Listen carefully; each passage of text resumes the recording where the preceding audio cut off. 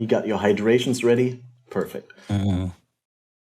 All right. Welcome, everyone, to Fated Connections Path of Exile Community Podcast, episode number 89. I'm sad to inform you that Balor Mage has spontaneously told me that he's not going to be able to make it today, but I'm even more hyped, or I'm actually really hyped to announce today's guests. We're going to be joined, or we are joined already, by the one and only Pohx and ZiggyD, two absolute stars on the PoE sky, at least for me as someone who started back in 2014, way before I started even considering streaming my own gameplay. I was looking up to these beautiful lads who have done so much for people to learn and pick up the game and to aspire to be better players over all these years.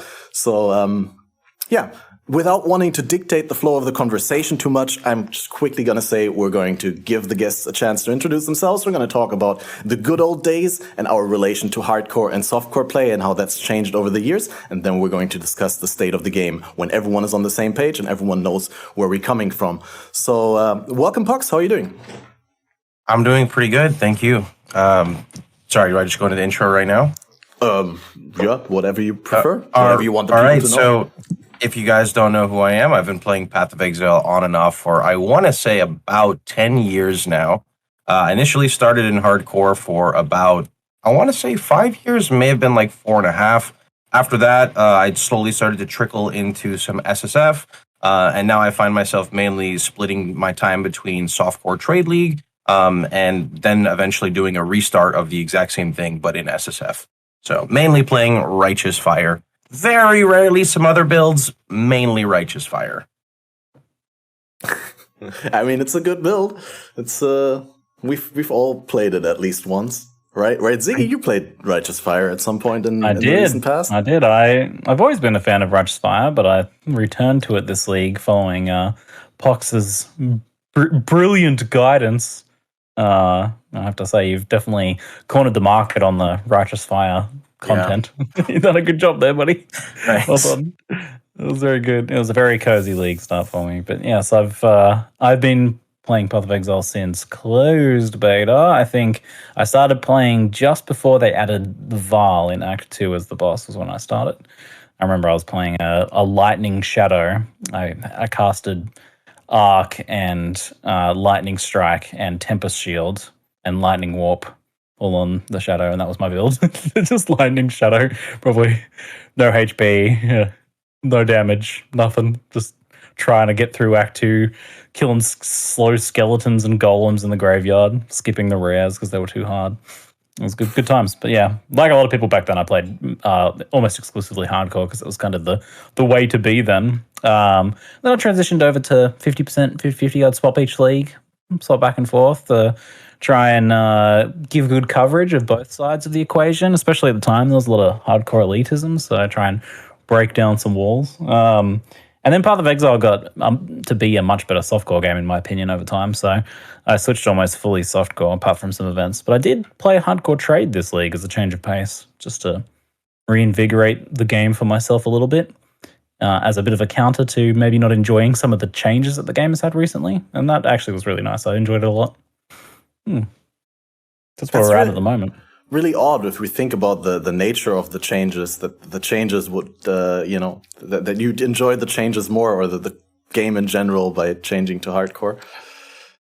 Well, yeah, it was because it's like the Arch Nemesis and stuff like that doesn't support hardcore any more than Path of Exile currently does, which I think it's not a very good hardcore game in my mind right now. It's conversely gotten to be a much better softcore game because there's more like interesting risk reward stuff you can take on. But that aside, it was just about the change of pace. I had a different set of goals. I had a different set of expectations for myself, a different pace of play. And it was just kind of like playing a roguelike game. I love roguelikes. It's just like I didn't expect to get very far, just see how far I can get each time, get a little further with each character. So, except for my Cleave character. That character only made it to level 20. That one didn't get very far. That reminds me very much of my first character. That was a little bit less defined. I couldn't exactly tell you what skill it was using, actually. I myself started in 2014, just before Torment and Bloodlines leaks dropped. I remember like one of the first clips. I think I said that on the last podcast that we had Pohx on, but that's already like ages ago. When I started making the overlay for this podcast, I found out I didn't have lame labels for you for Pohx and Ziggy. I didn't have them for this style of layout because it's just been so long. So, but yeah, back then one of the first videos I watched was Pohx dying to an underground river map with a shockwave totem build. Because Beyond Projectiles got him or something like that. But the game changed so much since then. But I was so bad myself. I just played a shadow and tried to do things with dual wield. And coming from another game, I didn't really realize how much defenses actually need in Path of Exile. That every character needs to put a sound investment into defense next to the offensive investment. I thought it was completely viable to do like a glass cannon setup and put all my investment into damage. And I was quickly taught that that's not the way to go. And then I actually don't know whether it was the appeal of the roguelike aspect that you just brought up, or just the fact that back then it was like sort of the thing, the place to be to play hardcore. But I quickly gravitated towards hardcore and found a home there for many years. But in recent leagues, in Scourge and in Sentinel, I decided, because as my community is gathering new members and more excitement from people, I've had a guild in Path of Exile that we have a lot of people in now, a decent amount of people, not a lot. And group play is really what makes softcore for me great. I really enjoy hardcore because, yeah, it's great if there's something on the line. It's like when you first started playing poker with like real money investment, and then you can't ever go back to playing poker just for fun. It's not a fun game if there's nothing on the line. And it's not exactly the same in Path of Exile, but that's a little bit of the feeling that I get. And yeah, my excursion in softcore has helped me a lot to actually alleviate that feeling. I feel like I've been talking for a whole lot of time. Did I say anything that resonated with you there? Are there other reasons for you to prefer softcore over hardcore play than the roguelike aspect? Group play is interesting because group play was a huge part of early Path of Exile back when the game was like still being explored and it was very unknown, and it was all hardcore group play. Like all the big streamers were playing in groups. There was a lot of pickup groups. I remember doing Act 3 piety farming runs where it was just like open parties, and someone would be holding the waypoint open so that you could get quick, speed up the piety kills by only having to run the second Lunaris 2 instead of Lunaris 1.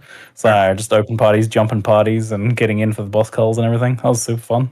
I remember the exact setup we would do. We would have 5 runners and 1 magic finder. 5 runners would go. We would all get to piety, get her in calling range, go back, drop a portal, and then have everyone go into the same person's portal. The caller would call, and then we would all go to another portal, and we would just chain do that for hour upon hour.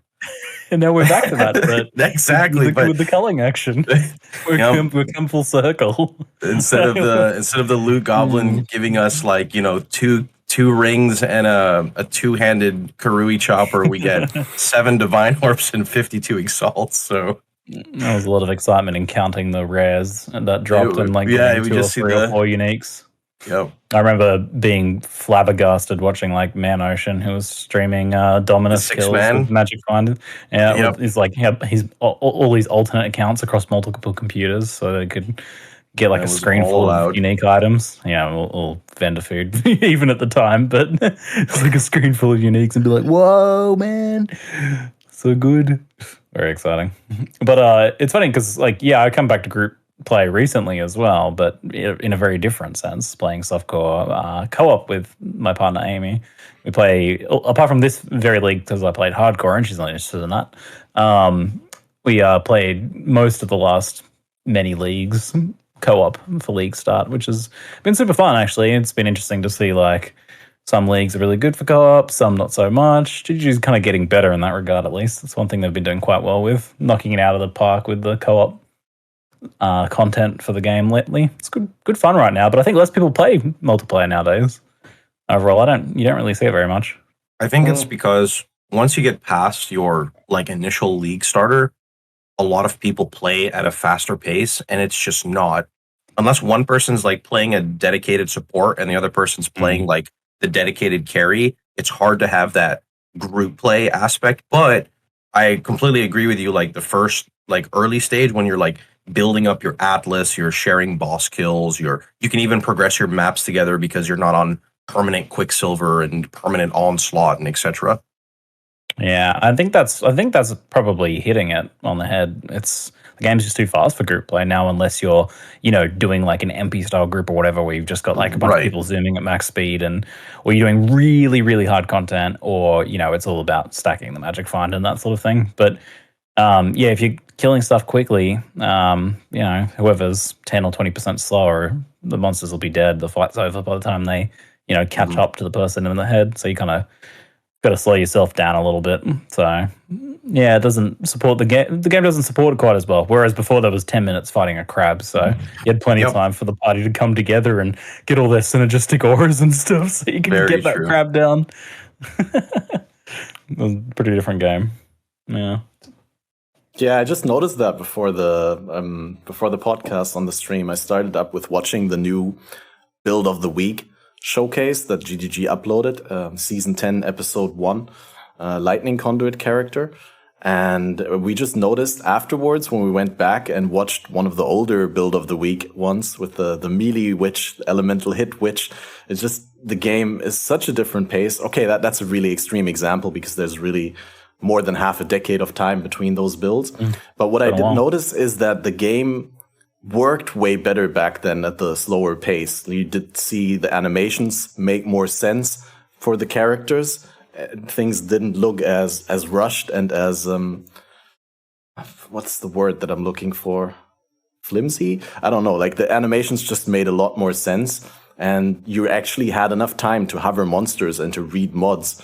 So the game design seemed to also make more sense with the pace. And now I think things are a little bit blown out of proportion with the game getting faster and faster, and other mechanics in the game need to catch up to make party play more playable again, and to also make the mod system make sense. I'm sure we're going to go in detail into the discussion about Arch Nemesis modifiers and what they mean to the game. I actually like the faster pace of PoE overall. Like, I think it's a more fun game nowadays than it used to be overall. But it is, not everything gets changed and improved at the same pace. And it's interesting to see how, like, a decade-old game where things have gotten a lot faster, certain things, show up as being a bit of a problem or whatnot. So whether it's like party play, not working as well, or various different aspects of gameplay like flasks and instant leech and all these sort of things becoming, like they don't make sense with the game anymore. Since there's just so much going on in Path of Exile, not everything's going to be kind of adjusting at the same rate. True. I like the faster change of pace. I just think, as we were all kind of talking about it, everything else that kind of jumps up in speed too becomes a lot more difficult. So as you're killing monsters faster, you're dealing with the on-death effects of the monsters faster, right? So that's kind of the big push and pull, I think. And that's how we run into the problem of, the only way we can kill you is if the monsters can kill you after they're dead because everything's going too fast. So, yeah. I would like to go back a little bit in terms of, rather than going back, maybe moving forwards into a future where we're fighting the monsters and not the things they leave behind after dying. I think a lot of people would be cool with the idea. They may be against it right away, but like if you would encounter a monster like right now, right? Like the Tukahama Touched and Shikari and whatever, where you can immediately tell when you're hitting them, unless you have a crazy build, that they are significantly more tanky than the next monster next to them. But the problem is the loot is not always proportionate to how difficult they are. And when builds are built around flash charges and they're not getting flash charges, it becomes into this like very different like reality versus expectation, I guess, right?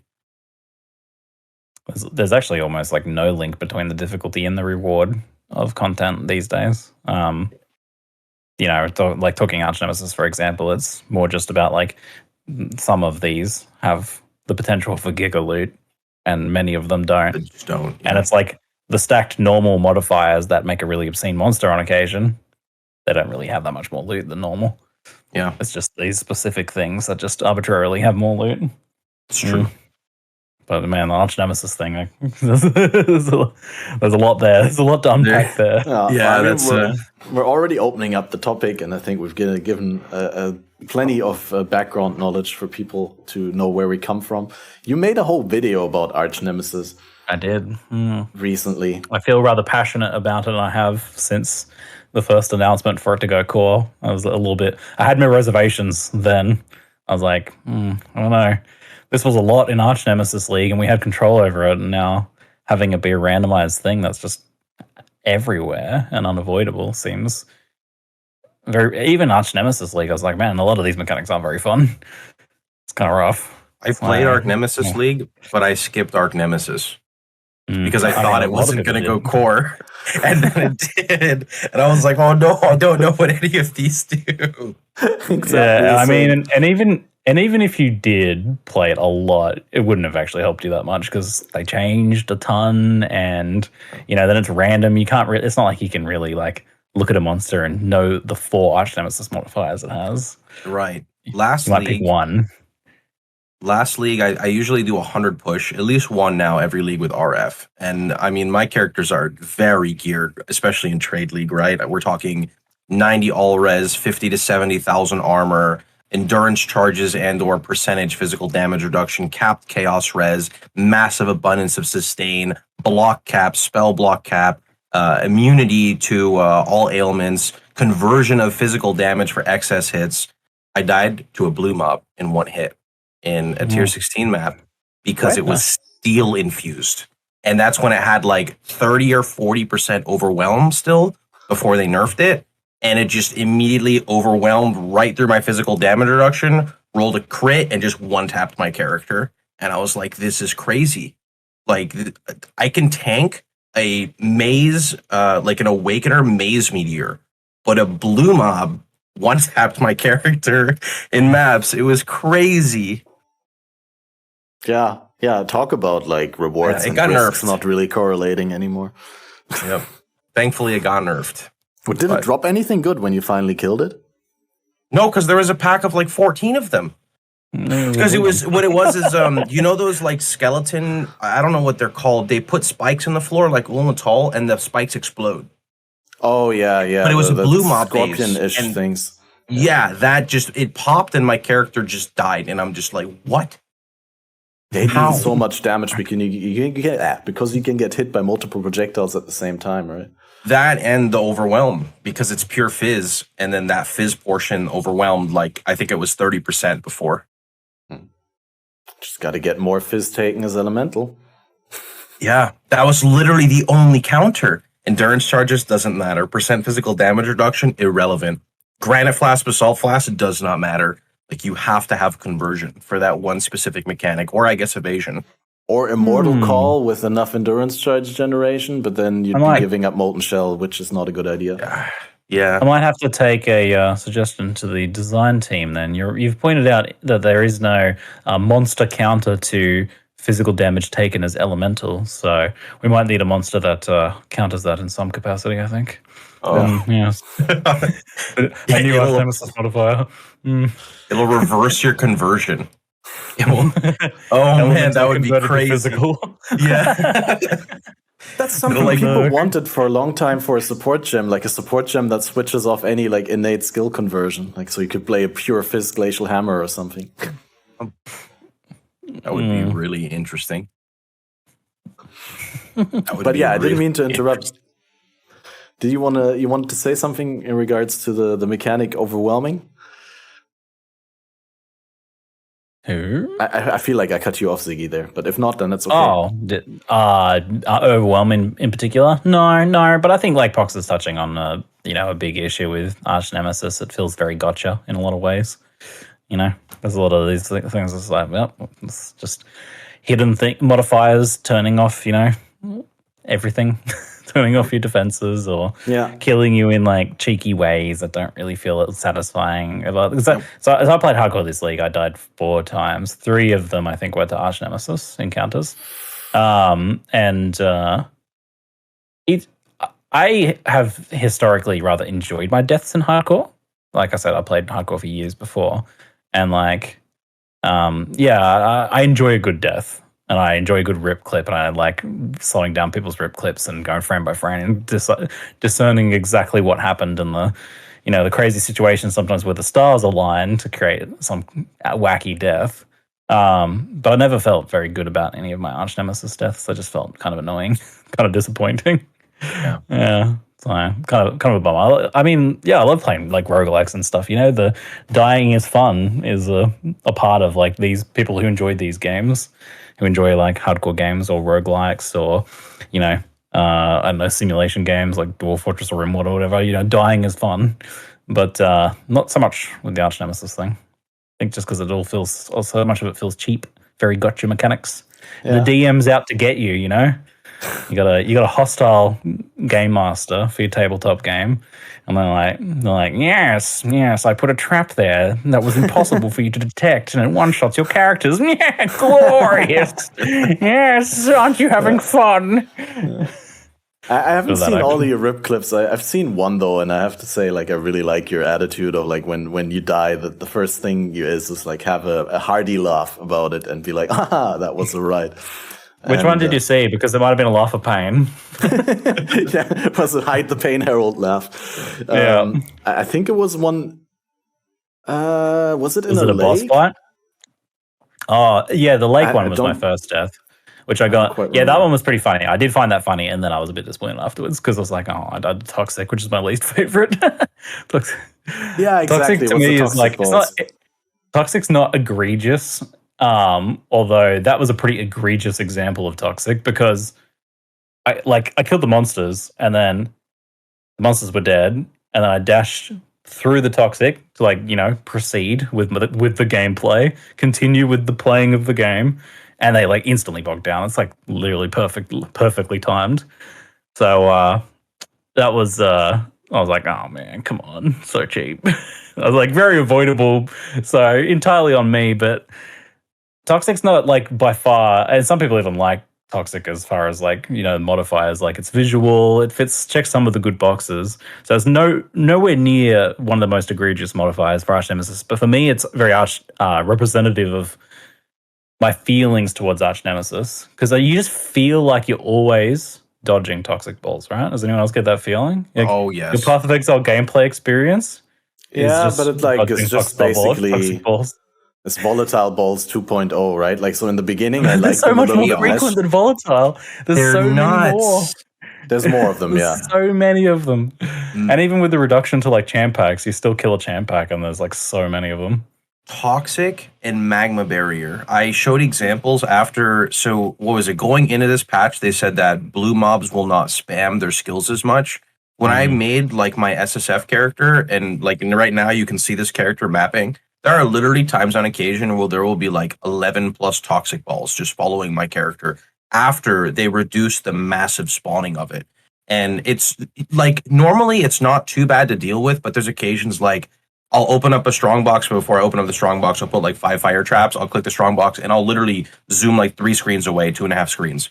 And I'll look over to talk to my chat. And then you literally see this line of toxic balls just coming out from the strong box a screen or two away, coming into home on the character. I think some of it is a little too crazy.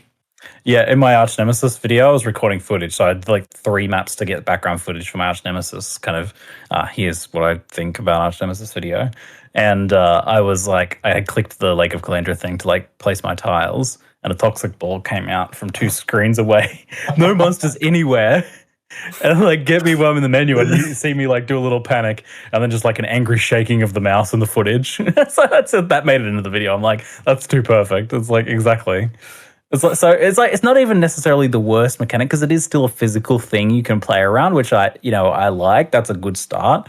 But it's one of the first things when I was trying to figure out how I felt about Arch Nemesis, I asked myself the question: do I want to be dodging toxic balls for the rest of my Path of Exile career? And I was like, I don't know. That's kind of a bummer to think about the idea that that's going to be just it from now on. This is my life now. Dodging toxic balls. Yeah. So that's why that one in particular just stands out for me as like a little thorn in my side personally. Little, spiritual aggravator. At first, I really didn't like Incendiary and or is it Magma Barrier, the one that does the fireballs, like the basically The ones that follow you? Volatiles 2.0. I didn't Magma really Barrier. like them at all because I thought that I really like I always called it the hot gas fart sound from the old Volatiles, right? That sounds like a really smelly fart, like a really silent one, like a psh. I know I know what you mean.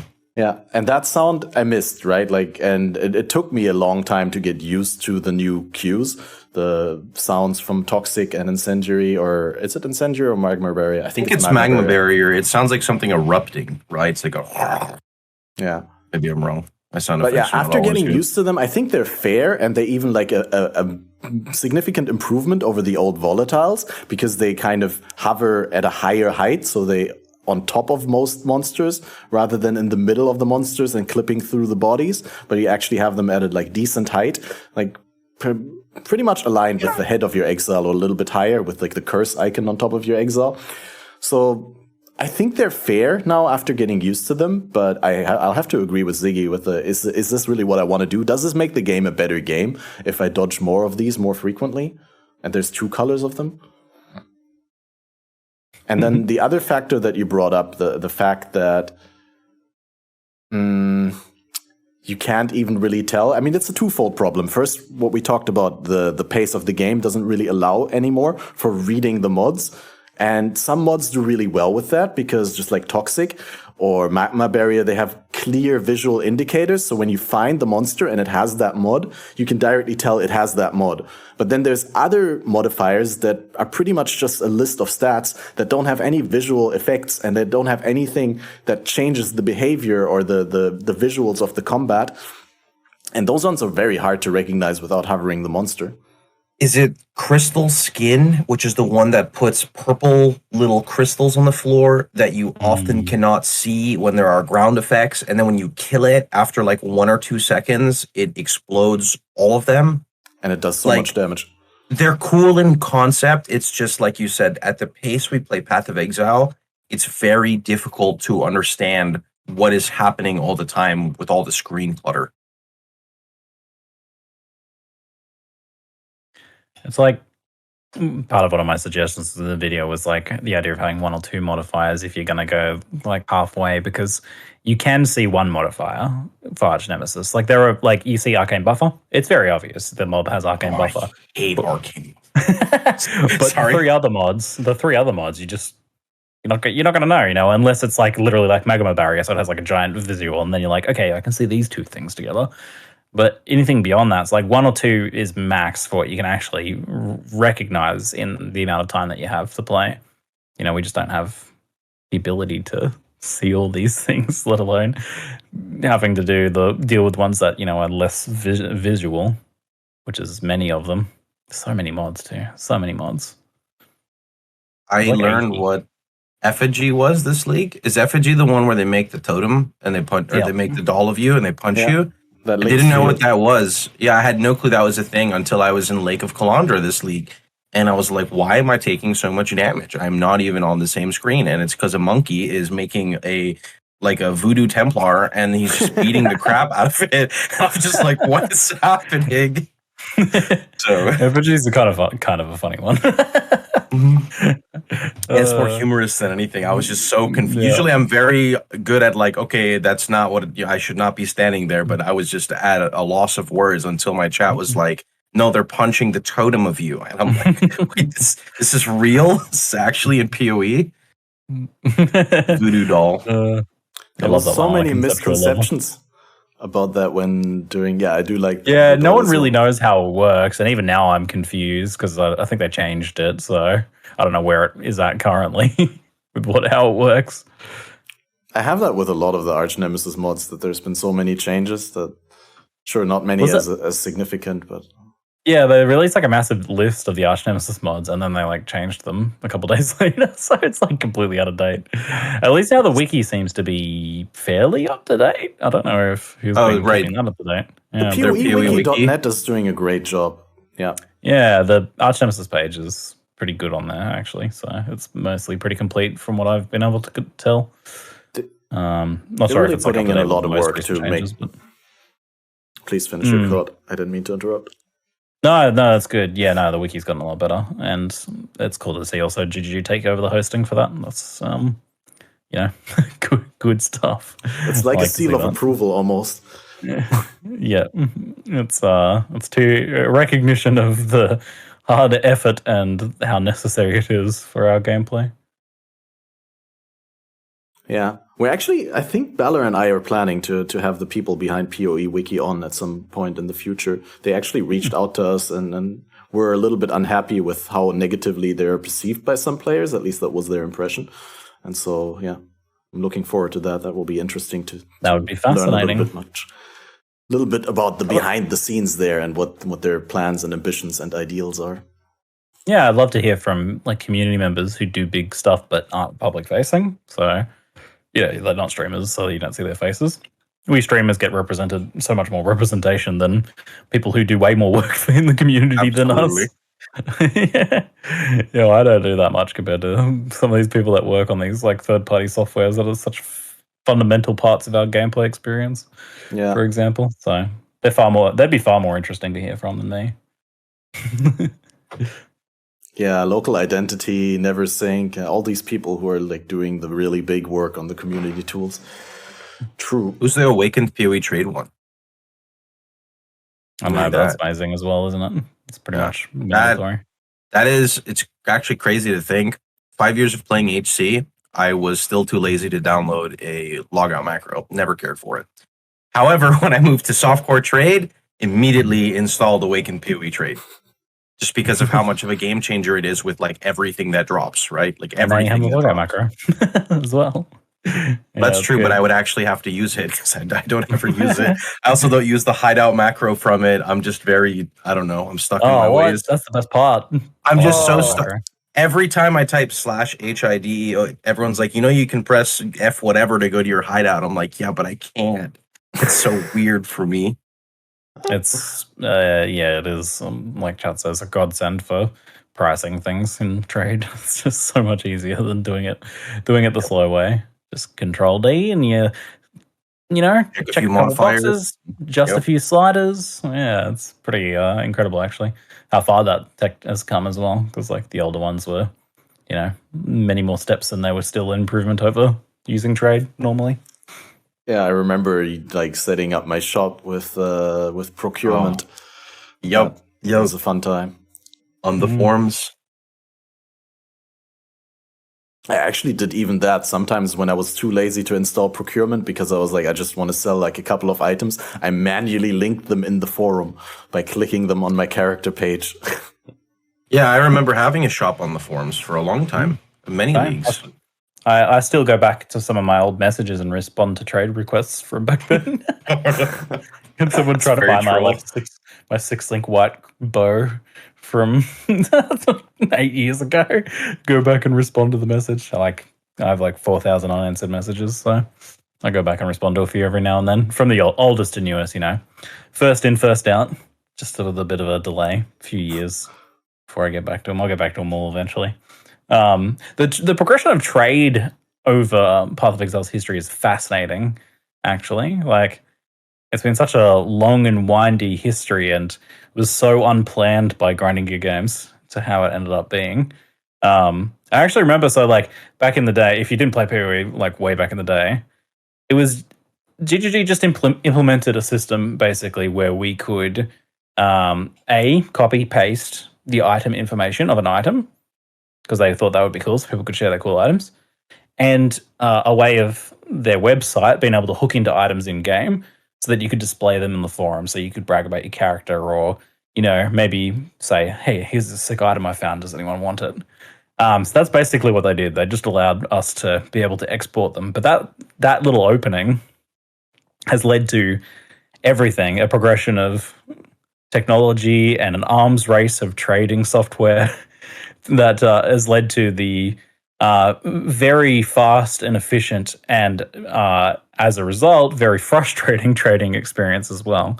Because you might be like, "Oh, fast and efficient, my ass," but it's because it's so fast and efficient that it's so frustrating when stuff doesn't work. Like when people don't respond, because you can find a very precise item very quickly. So when people don't respond, it's extremely frustrating because you're like, "It's right there, I can see it." You're online, I can tell. So it's very frustrating. So because it's so powerful, it's very frustrating. But it's been such a fascinating, like windy history as well. Because I remember back in those days when what we would do is we would link a ton of items manually into a browser, into the forum, into a forum thread, and be like, "Here's my items for sale. Please send me a DM on the forums, and I'll get back to you, and we'll try and arrange for a time we're both online, and we'll trade." That's where it started out. And I actually remember around that time, someone made an incredibly powerful browser plugin that is closer to what we have now, actually, in terms of like how shop managing and stuff like that was done. And then I can't remember exactly what changed, but that technology was lost. So we actually went back kind of to the dark ages for a while, which that was pretty wild. I would love if anyone could dig up screenshots of like early trade stuff, like because there was a browser plugin then. If anyone has any screenshots of that stuff back then, it's a bit of a long shot. It'd be super fascinating to see it from like a internet historical archives point of view. But then we went backwards for a long time, and then we went on to like acquisition and procurement and things like that before getting the the trade sites, PoE Trade, and now Official Trade, and Awaken PoE Trade now, which is very good. It's been pretty interesting. Yeah, to supplement what you gave us a pretty nice brief history of trade there, but like one piece of information I want to add is the fact that we only got obviously you couldn't mention it all without like monologuing for like half an hour, giving like a talk on item trade in Path of Exile. But what I wanted to add is the fact that they only added the fast trade API and like the on-page search option because their API was actually getting destroyed by the amount of requests from other people trying to go through the forums, right? And to find all these items and index them, which had to happen several times per minute, right? Yeah, basically ZiggyD was like, okay, we're going to give you like a little mini API thing here so that you can show people your cool items, and maybe you can message a person, and we as the community are like, oh, well, that's cool. I might build a piece of custom software to physically scrape my items as quickly as possible and amalgamate everybody's threads into. And ZiggyD was like, wait, our servers are waiting to stop. We're like, yeah, and then I think I'll make a custom website where people can search all of the items. And they're like, no, this is not what we wanted. What do you mean? There wasn't supposed to be any much trading in this game. You were supposed to use trade chat. We're like, yeah, I think I'll make something that's scanning trade chat as well as that, and we'll put as many calls to your API as possible so that we can keep it nice and up to date down to the second. And like, Jesus, no, do that. So that's how we ended up with the trade we have now. Jesus, so we're like, no, what are you doing, community? Stop. Love that. I love how that progressed. Yeah, that escalated quickly. Yeah. It's not wrong though. They definitely want to keep trading in the form it is now and maybe offer some quality of life, but they don't want it to be more accessible, I don't think. We got our first good quality of life in a while this league, though, didn't we? With that, the instant trade, like having to skip the copy paste part. Yeah. The one-click button and the highlighting of the items when you're selling as well. Is really good. That's right. The highlighting's great. Yeah, it's that's a real one. That is, love that. I have yet to experience it. I'll probably experience it when I play some Badger Private League, maybe in a couple days, or maybe I'll do some other. Seeing that there will be no gauntlet this league, I'll probably do some other Private League shenanigans, and then I'll get to experience it. The small community trading experience is very fun, I find. I've had it before because we specifically ran a private league at one point for Pleasing Social Trade Interaction League, which was just all about, we actually had like an honor rule of not using the trade site. So everyone was kind of like finding other ways to trade. So it just isn't a social experiment kind of thing. And then this league playing hardcore trade, which is known for being very limited in number of players. There's like a couple thousand players max. And then with the player drop off this league on top of that, it was close to a couple hundred, a few hundred players in hardcore trade. But I actually really enjoyed that trade experience because, like I was talking about, expectations are a huge part of how frustrated you get. 99% of people respond on hardcore trade. I find very rare do you get a non-responder, and usually it's they're in the middle of a boss fight and it's hardcore, so you just wait a minute and they'll get back to you. Because everyone trades are rare, so everyone will respond to the trade messages they do get. So that makes things a lot less frustrating. And then your expectations are different. You don't go looking for an item with the 6 perfect stats and then get really annoyed because that one person that has that item doesn't respond to you, because that's silly. You would never search for that in hardcore trade or in a private league. You search for an item with one stat that you want. And then you try, and you're like, okay, cool. This is an all right starting point. I said for a pair of gloves with just one specific affix, and then there's 5 gloves online that fit that instead of 800, and you have to narrow it down a bunch, which is I find very enjoyable. There's a lot more browsing through. I'll just type in one stat I want. I want +1 amulet. So I put in that, and then I just scroll through the 7 amulets that come up, and I'm like, that's my favorite of those amulets. I think I'll get that one. The trade filters are built in for you. Yes. It's self-filtering. Yeah. I had a pair of gloves, so I always get really lazy in Trade League. This always happens. I play the first few weeks of the Trade League, and then I restart an SSF, and my SSF character ends up with better gear than my level 100 trade character because of, I guess, reality versus expectation, right? When I'm in a trade league, I just want to map and kill mobs all the time. In SSF, I want to progress. So I had a pair of gloves on Whoop for 3.5 days on trade league. By the time I got them, I was level 100. I'm just like, wait, I don't need this anymore. Too strict of a filter to put on. Yeah, I think you can settle in for the long-term projects and stuff. It's all self-found, so you stick with it. But yeah, you want that immediate gratification. In the trade league. Yeah. I don't really have any super major gripes with trading. I just wish that there was one day we could actually trade without being in the same instance, even if it's just a limited amount of trades per day, right? Just give us 1 or 2 trades a day where we can it's definitely not going to happen, right? Because they said they were going to do it, and then they said, actually, we're not going to do that, which is pretty clear that they actually were planning on doing it, and then strongly thought, oh, wait, this is actually a terrible idea. We don't want to do this. So they never really said exactly why. It's probably mostly about the people seeing each other MTXs thing, because that's, it's their business model, sell cosmetics for the most part. So you need your players to see each other so they can see the shiny person that looks cool and be like, I wish I looked cooler. It's a driving force for that. But it also might be an intentional, trying to make things less efficient by increasing friction so that it's not too powerful, given that it's already such a powerful trade system. So, which I'm not really a big fan of making things less effective through friction in that way, through frustration, but it is effective.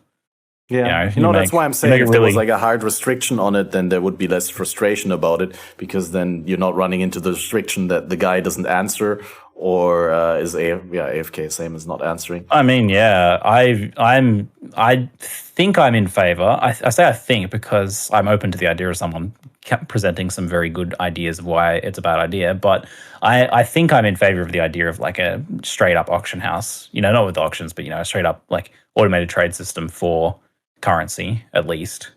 It'd have to have some sort of limitation, because in a free-to-play game, you could always have people make bot accounts and farm them to the minimum level that they have, and then use the instant buyouts to control the market on one section pretty much. People do that anyway. It's actually easier for bots to deal with the frustration than it is for humans to deal with it. So, fair point, yeah. At least it's less frustrating for the actual humans. What do we care if bots get frustrated? The bots don't get frustrated. Who cares about them? I think till this day, still sadly, buying from bots in bulk is the best thing you could possibly do, because they are instant, they respond, you buy it, and next one, you're done. I'm big on the bot. They have very good customer service, the bots. Occasionally they bug out. I go to the thing and they like won't do the trades properly because the bot's broken. But most of the time, 9 out of 10 times, smooth trade, instant response, instant invite to their hideout.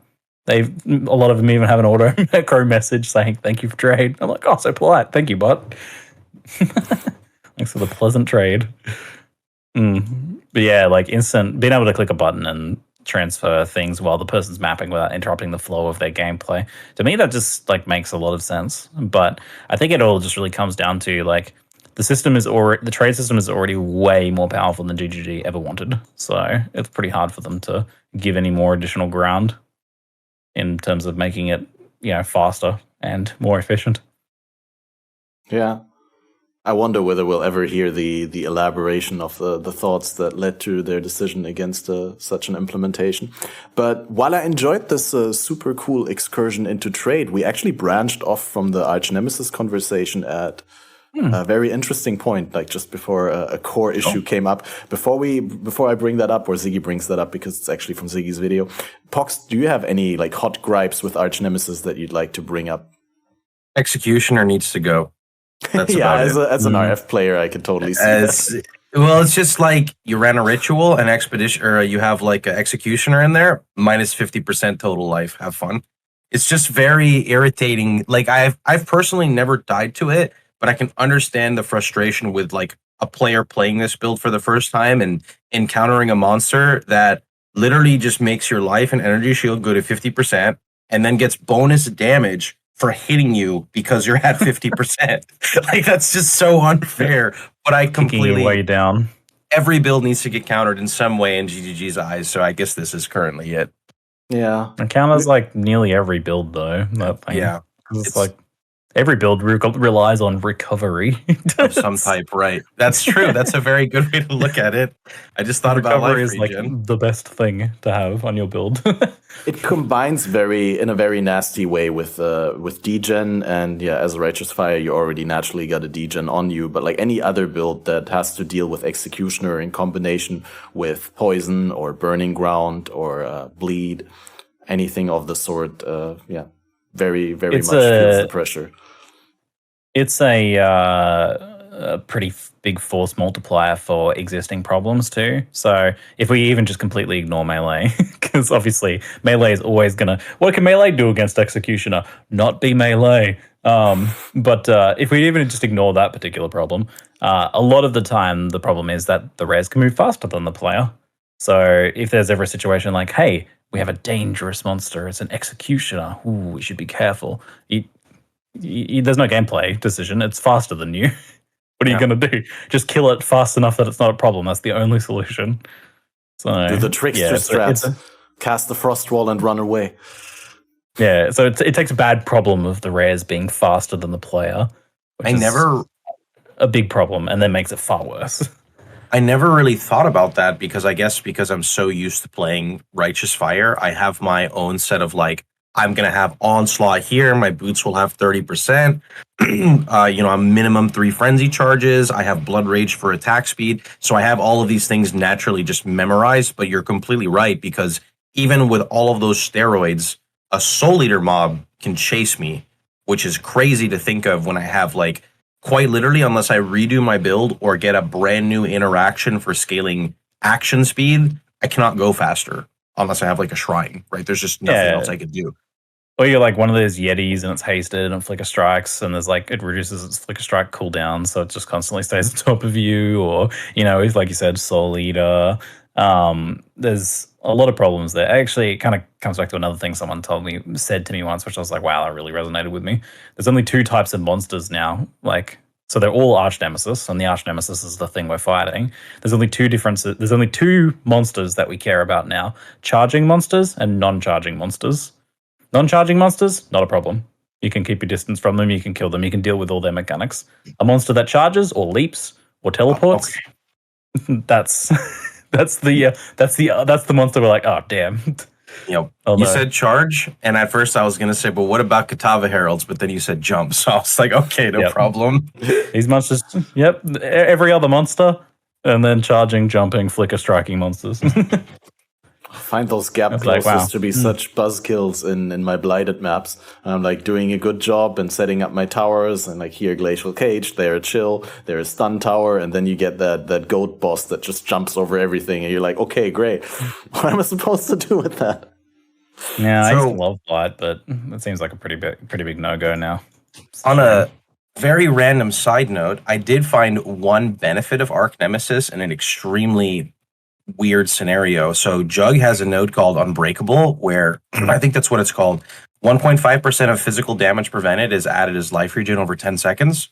So in one of these maps I was running, I found a knitted horror with, I don't remember what his Arc Nemesis mods were, but he had Soul Eater. And I just dragged him through the whole map with me because he does pure physical. So he was giving my Jug a constant 5,000 permanent life regen because he would just hit me and just instantly fuel Unbreakable. And then I learned that if a ghost possesses a monster with Soul Eater, it resets all the Soul Eater stacks back to 1. Did you know that? Because I learned that yesterday. How would you ever discover that if not for that situation, right? I was so sad. I wanted to juice it to the maximum capacity. Yeah. Sounds like a kind of non-spectre spectre that you found there. Yeah. I called it Budget Aegis Aurora. Just find a Soul Eater physical monster to whack you and stick with you for the whole map. Easy.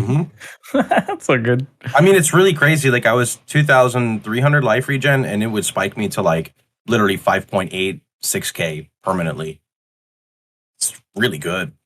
I do love good recovery on builds these days. My most prized aspect of a build now is, does it heal like a lot?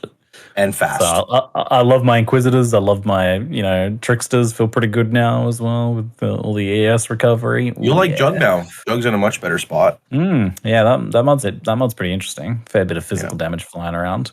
I really like Petrified Blood with like super powerful flasks as well. Is super fun. You can do some fun stuff with that. So yeah, good recovery is everything. Oof, love it.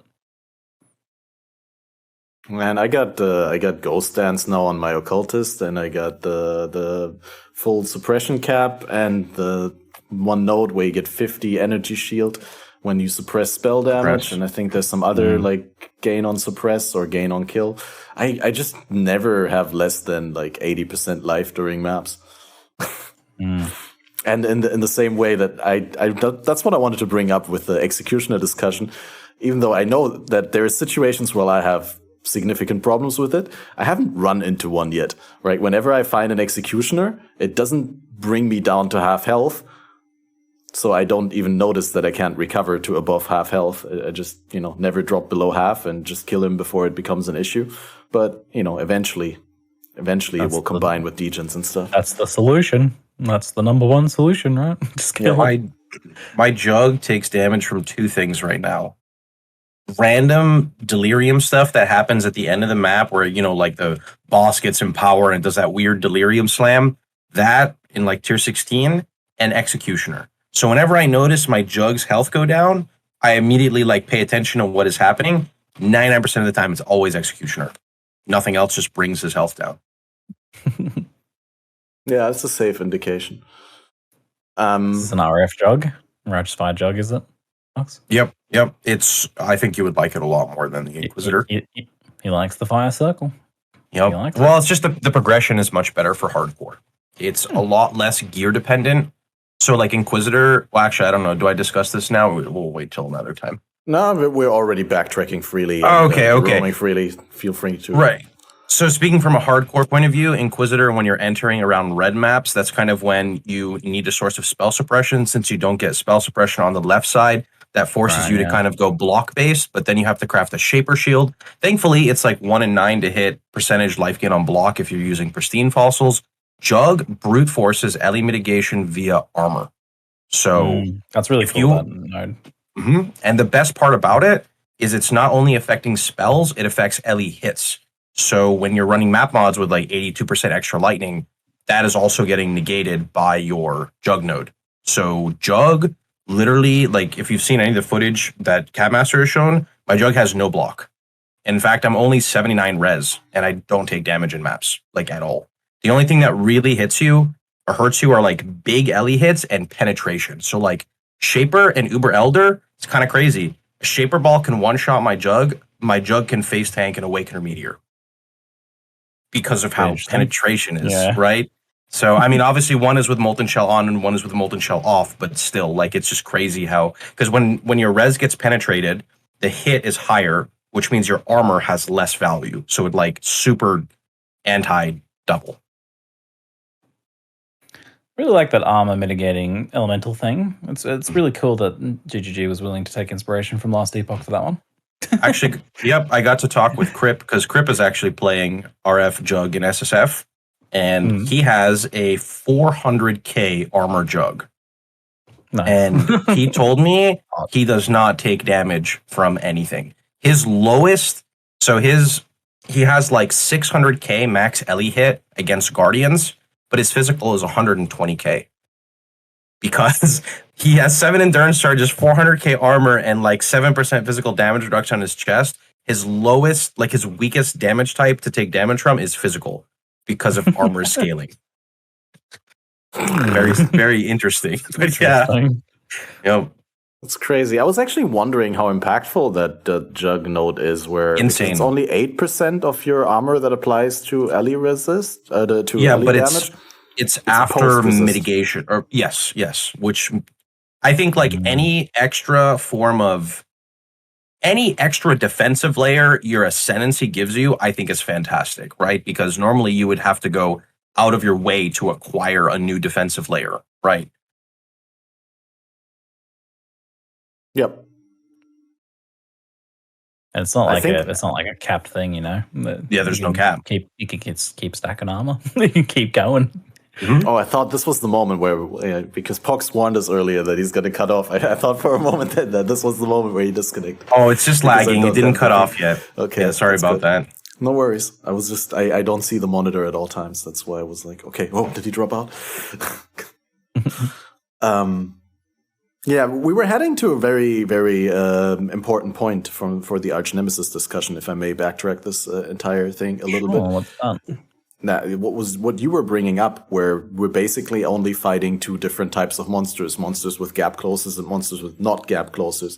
So basically, your larger point that you also communicated in the video a little bit more elaborately, was that the impact that the monster type has on how the combat works out is very, very small compared to the impact that the Arch Nemesis mods have.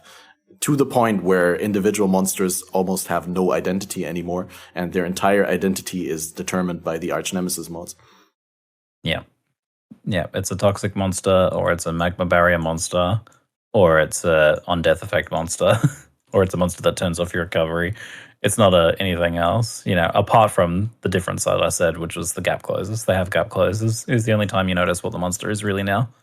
There's like still occasionally like a monster that would have been really nasty that's also on a nasty base. You know, it's a bit scarier. So there's still like a bit of difference there. Like you're gonna, you know, a spinny cage monster is always going to be more tanky than a regular skeleton. But for the most part, yeah, monster identity is lost, which is a real shame because that was a strength of Path of Exile in the past. We had monsters we were scared of. That was the thing you talked about with reverence. The Devourers circles. They would just pop up just all around you. Alt F4, goodbye. And that's like a spooky kind of, you know, game like Path of Exile. It's designed to be, you know, a bit scary. Everything's a bit scary. You want scary monsters in there. And it's weird because like Path of Exile 2, what we've seen from like early previews of that was like about having the game be a bit scarier again because the monster fights, the bosses and everything were a bit more involved and a bit spookier once again. They had more going on. And then this Arch Nemesis thing seems to be some sort of gap closer, but not in the right way, I don't think, at all. It's not really, if the intention seems to be to bring Path of Exile 1 to a closer state of Path of Exile 2 by making things harder and slowing down the game a bit, which seems to be one of the objectives of Arch Nemesis. It's not really doing that in the way that achieves what Path of Exile 2's looking to try and achieve, which is where that's the monsters that we're fighting. So it seems like such a weird decision to go this route.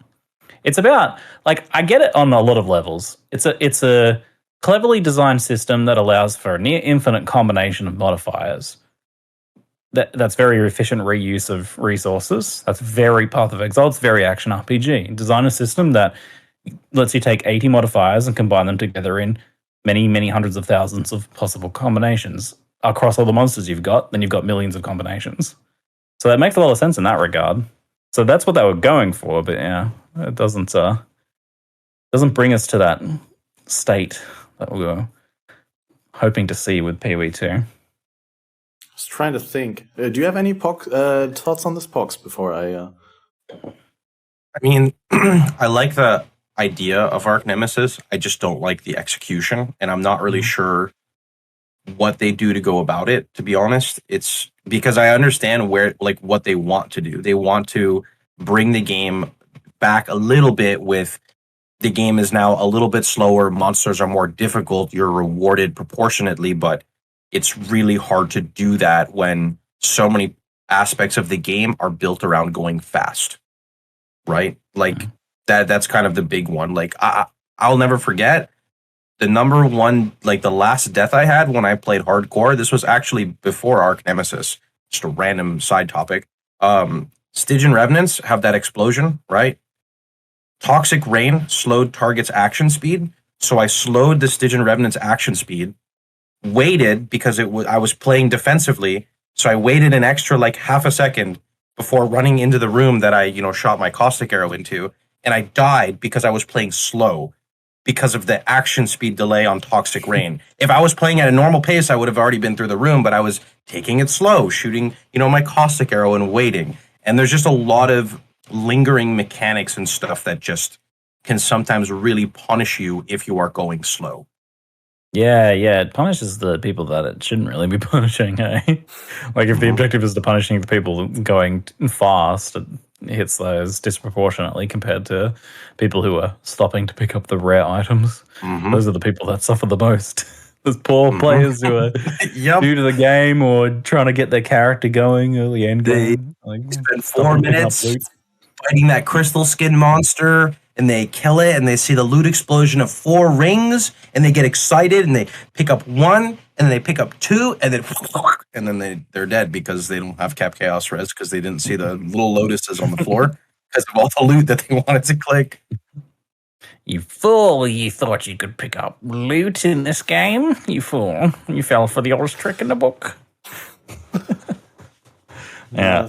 Stygian Revenants would have been like the one example that I bring up where it still really matters, and I see a lot of hardcore players like just nope out of maps when they notice that there's Stygian Revenants in there, especially like those indoor maps with like dark corners where you can't really see things. I died in an armory map. Yep, exactly what it was. Not even the worst offender of this. I think the one with like overgrown shrine and stuff with a little bit darker walls and darker ground. Yeah, it's actually full dark theme. They did a good job on the visibility of the Stygian Revenant things, like that they have the little cone that goes up now, like almost like yeah, it's like a dot with the red line. Yeah, almost like a loot beam. Like yeah, it's yep. So I don't mind them too much anymore, but I respect them. They're scary monsters, but would I really bring up any other monster type when I would be talking about, if I tell you right now in this informal setting about a monster encounter that I had that was very scary yesterday, would it really matter like which type of monster it is? Most likely I'd lead with the Arch Nemesis modifiers that I felt I was fighting and not with the type of monsters that was underlaying. Because I mean, not too long ago, before Arch Nemesis and stuff, we had a lot of modifiers that actually where the monster still somewhat mattered because the effect would scale with the monster's main hand damage. And while I'm super happy that that's not a thing anymore because that was bullshit in many instances, right? When like a zombie exploded volatile and all of a sudden did 5 times as much damage as like a skeleton. That wouldn't make any sense. But some degree of interaction between the Arch Nemesis mods and the monster types that creates a little bit more of a new thing. I don't know whether you had the time to catch up with our podcast. Last episode, we had Pi by Pi and Marion, and I spontaneously got reminded, by the way, Pi by Pi is also a very, very vocal critique of the arch nemesis thing not contributing to the identity of the monsters. But what I wanted to say is the discussion reminded me of Kirby's Dream Land. Have you guys played Kirby's Dream Land 2 on Game Boy back in the day? So you have these 3 different pets, right?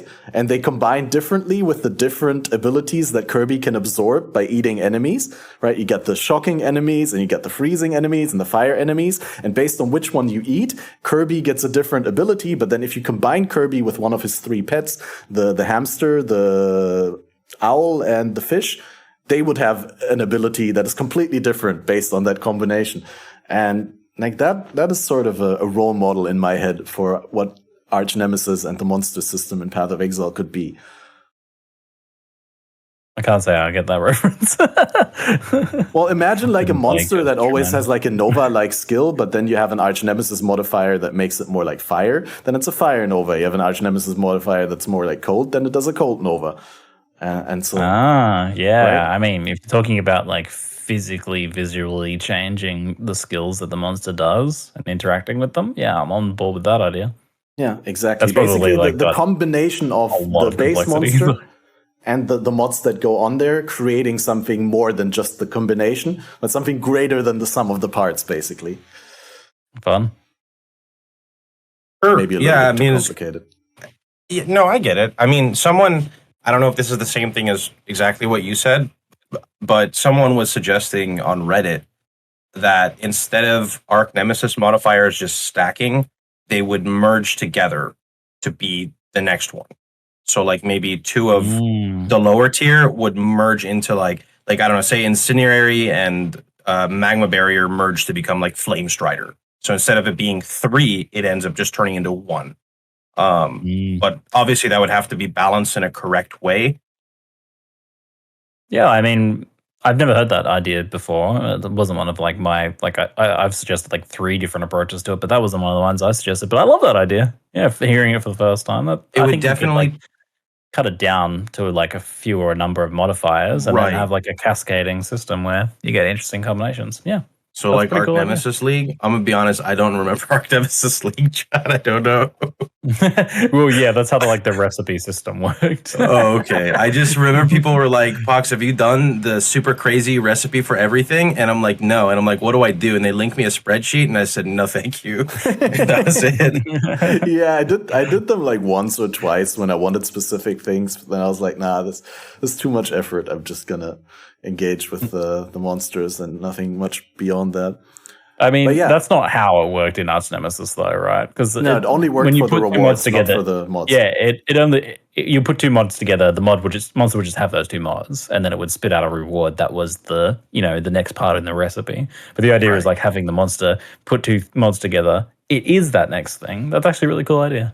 Because that way, like, there's definitely some Arch Nemesis modifiers that affect more builds than others, right? Those ones would be the combo ones. So like Executioner affects almost every build that has to go close, right? So if that's like a high priority that GGG gets complaints from, they could make Executioner be a combo between 2 of them. That way it's still encountered, but it's encountered much less frequently. So when players realize it, like they're like, oh, okay, that's something I have to pay attention to. Same thing, they could do the same thing with on-death effects, right? Players don't like the on-death effects as much. They can keep them in the game, but make it so it's a merge combo. So you don't fight them as frequently. And when you do fight them, instead of you fighting 11 at once, it'll be like 1 or 2. And I think that works nicely with the idea of having monsters that just have 1 or 2 modifiers. And then you are seeing a lot less spam, because there is it's funny how there's 80 modifiers and yet we see the same mods so frequently, it feels. Like Toxic is not actually that common, but we see it so much just because every monster has 3 or 4 modifiers, and there's many monsters in the map, sometimes hundreds, that can have these. So that means you're getting exposed to them a lot. So you can, with a system like that, potentially reduce the number of modifiers and actually end up seeing these things a bit less as a result, despite there being fewer modifiers total. And I don't know how their scaling works, but I know that GGG was big on adding the quantity per Arch Nemesis mod. They could make it so like a combo merge adds X amount of quantity, because I know they have all the numbers on their side. So I can't imagine it would be too difficult, but I don't know anything about this part. So So these are good. These are some good and interesting solutions to make like the current idea of Arch Nemesis work better. And I think there's like a ton of ideas for that thrown around. And I mean, their current route is kind of more in line with that. Like they're trying to smooth down the rough edges repeatedly with constant little patches until it starts becoming less of a problem. And we're actually kind of, I think, on the precipice of that. I'm starting to notice a bit of a change in tone where some people are like, I don't really mind it that much anymore. I actually like these mods now. I'm starting to hear that sort of stuff a bit more, and I'm starting to see it myself even a little bit. I'm like, you know what? Lightning Mirage isn't bothering me that much anymore. I hated it before. Not bothered. They've smoothed it out enough where it's not that much of a problem anymore. So I stopped caring about it so much, which I think is where we're going to get with Arch Nemesis. But that's kind of disappointing, isn't it? take a system that is not great and then keep sanding it down until it's like, I don't really care anymore. It's playable. Yeah, it's there. It's playable. Isn't that not like really, how a lot of the things that we currently would appreciate in the game started out? Like I noticed that earlier when I talked about it on stream, that veiled items were like kind of one of the biggest problems for a lot of people. Like everyone hated having to unveil their mods every league. And so maybe it's just been drowned out by other problems, that the discussion is like more so focused on other things right now. But I have a feeling that most people are fine with veiled items, even excited about them now, because the mod gets baked into the item. It's not like a crafted one anymore. It's a stronger version than the bench crafted mod. So you actually potentially get really powerful items. I mean, like one of my items on the build right now is a helmet that has good life, a little bit of spell suppression, 1 resist, and then it unveiled +2 AoE gems, which is obviously really good to put your main skill or your aura setup in there. And I'll be wearing that for still a while to come. I mean, that's the thing. This strategy of like constantly polishing something until it works is a valid strategy. It works, right? Like you either will end up with something that's like at least inoffensive enough to not cause problems, or it might actually end up being good. And I think like the modifiers are a good example of that. It was an okay system, and they kept improving it. It took a while, but they kept improving it until eventually we finally got to the point where it only takes 1 unveil to unlock it now. So it's far less tedious. And 7. Yeah, and there's a little bit more excitement because when the ones you do unveil, it feels really nice when you get the minimum frenzy charge ring and it's got chance to generate frenzy charges, and you're like, oh, that's a good ring. So they kept so it worked. It worked in that case. I can definitely agree with that. I would say betrayal crafting. It's not really crafting. It's just unveiling and then crafting a stat basically. But that is how I progress my SSF builds now, especially after the change to the early game harvest, like reforging your gear. Definitely tried to go more with what GGG wants. So trying to get gear out of Ritual because it's pre-rolled, trying to get gear out of Betrayal because you get your affixes with an unveil, and then saving Harvest for a little bit later with some gear. Oh, and also focusing more on the other crafting mechanics outside of Harvest. I think Harvest is still relatively central to the item creation process, at least for like above average gear, and probably also in the top end. It's always involved to some degree, but it was just way too central in the past. And I kind of enjoy that we're shifting away from Harvest and we're now utilizing the other things that were given to us. And also, especially the excitement, this has come up a number of times, and also on Bayclass by Captain Lance brought up the fractured items that we get in excess now combine really well with essences. One of my items is a 10% spell suppression fracture on the gloves that just rolled with essences until I got other good mods. Mm-hmm. Those are really nice. Yeah, I still want, so as a person who plays PoE a lot, I'm very much okay now with the state of things after getting to explore more. The only thing I wish they would do is help newer players. So like I talked about fractured crafting like a week ago. I made a video for like newer players learning crafting. I'm like, here's a base you can buy. The base is not super important. You care more about your fracture. Just know that you have 1 stat fractured. You're using an essence. That's 2 stats guaranteed. And then you're looking for an open prefix or a suffix. You're crafting your 3rd. You have a 3 out of 6 property item. That is good enough for most players if you can get that on most pieces. But I want them to add basic fractured gear in the campaign to teach players this instead of these 4 links, because I feel a lot of the time a rare 4 link is not, like by the time you get it, it's like Act 6 or something. And you probably have a 4 link by then. And I think teaching newer players to use resources in the game would help a lot. And these are very simple things. So the quest reward would be like a blue item or a rare item fractured already, right? And you could see there'd be like 10 choices, not a lot, right? There'd be like the 3 bases or the hybrid bases, and it would be standard. It would just be like life or res. Super simple, right? And then the game would explain like, oh, so here are essences, like you could pick your essence that you want and you could use it on your fractured piece, and then you're done, right? And then it would just be something super simple. And I think it would help a lot of players understand what they are encountering that gives extra reward. I'm all love for to that. see some more action like that. Yep. Think about it like anything that's a rare item tutorial at all. There's not, right? And I think that like that's why a lot of new players get so frustrated is they are just obsessed with making currency to buy gear because gear is so expensive when they don't realize that crafting is very easy at the low tier, but there's always the feeling of, at least this happens to me, the feeling of waste in Path of Exile. Do I fossil craft? Do I alt spam? Do I chaos spam? Am I using harvest? Like it's so overwhelming, I guess you could say, right? And especially when you proceed and do the method 5-10 times and you don't get a good result, you start to doubt yourself.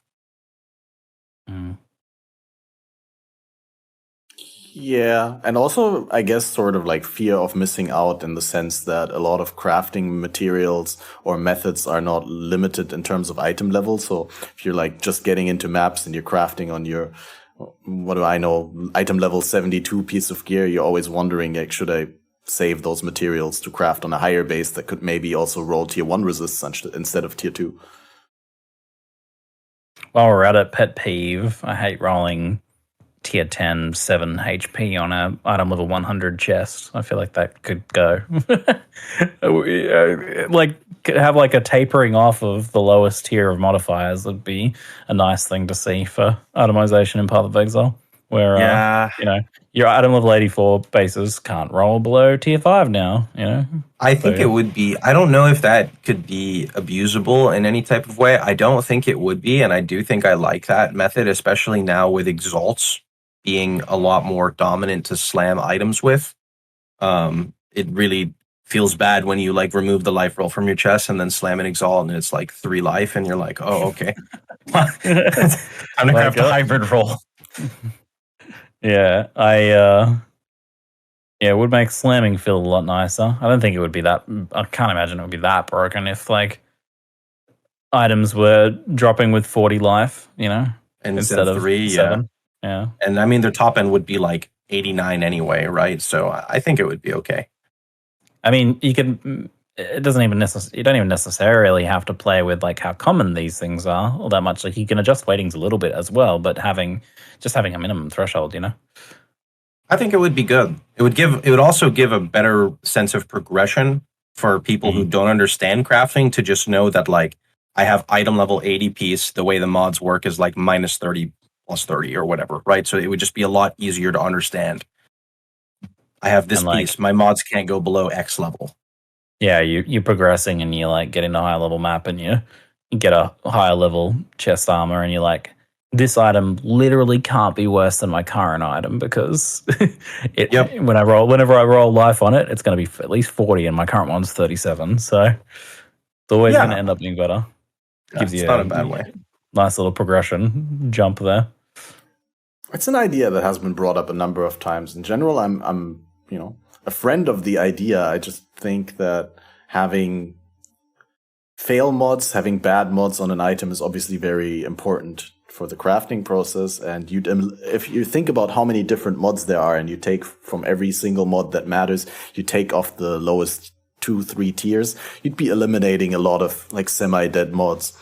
And I have an interesting disagreement with that idea. Like, as a premise, yes, but I think the execution of it, like having it be thorns or light radius or 3 HP, having be that that mod that you didn't want that you end up landing, I don't think that's a good solution. I think a better solution is that you land an interesting mod that's not useful for you. So I think it would be far better for itemization if instead of thorns, which is useful for nobody, you have a niche interesting modifier. I can't think of an example off the top of my head, but something that is actually good for another build, but not good for you. You exalt same your item, and you get something that's good for a cold dot build, but it's useless for you. Instead then you would almost always create something of value when you craft.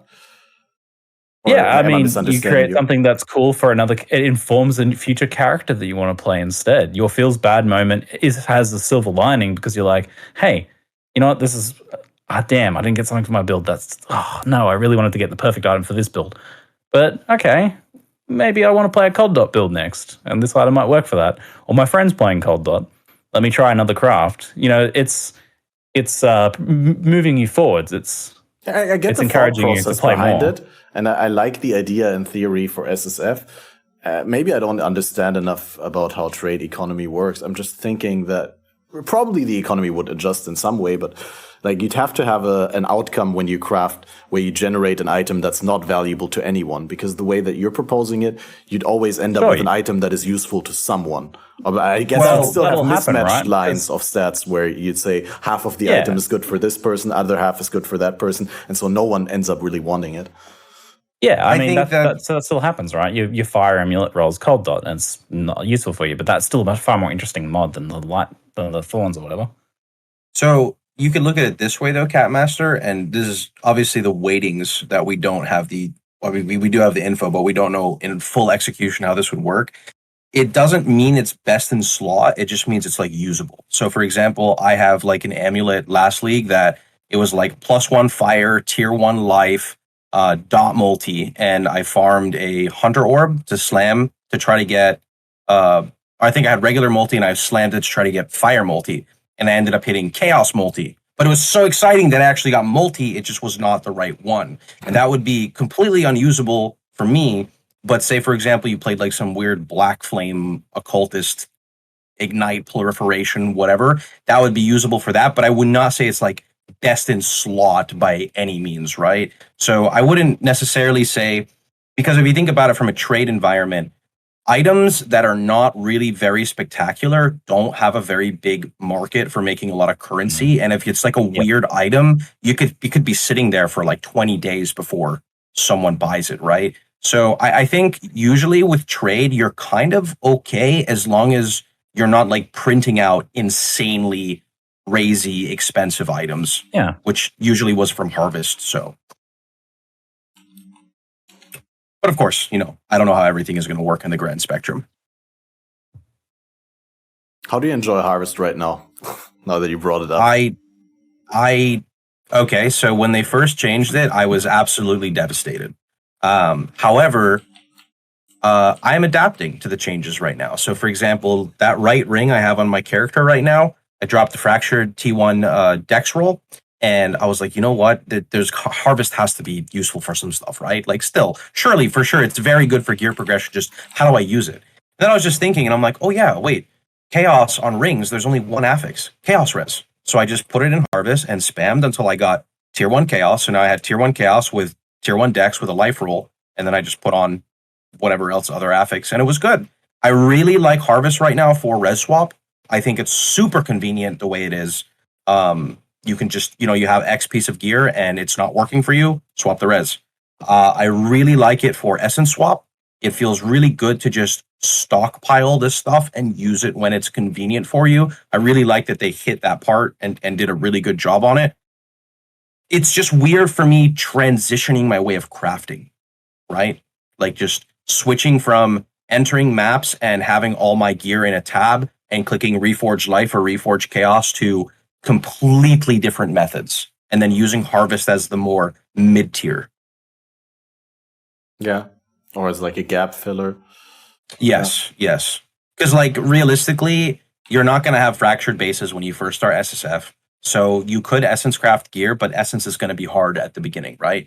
And you won't have like super high tier essences, but definitely you could get some entry level gear.